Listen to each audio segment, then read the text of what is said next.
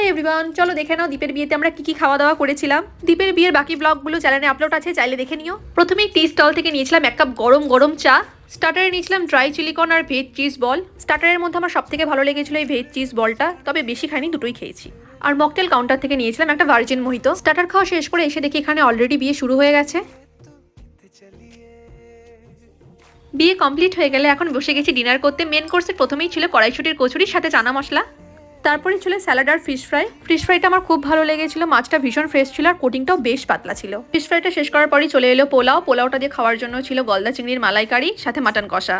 আর অনুষ্ঠান বাড়ি থেকে মাটনের নাড়লি পেলে কিন্তু নিজেকে ভীষণ ফর্চুনেট বলে মনে হয়, তাই না বলো? তারপরেই চলে এলো ফ্রুট চাটনি সাথে পাঁপড়। আর চাটনি তো আমার সবসময় ভীষণ পছন্দের, তোমরা সবাই জানো।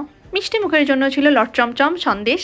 আমার খাওয়া দাওয়া শেষ, এবার আমি হাতটা ধুই। আর তোমরা আমার ভিডিওটাকে লাইক করো, চ্যানেলটাকে সাবস্ক্রাইব করো, কারণ এরপরে আমি আরো ভিডিও আপলোড করবো। চলো টাটা, দেখা হচ্ছে পরের ভিডিওতে। Good night.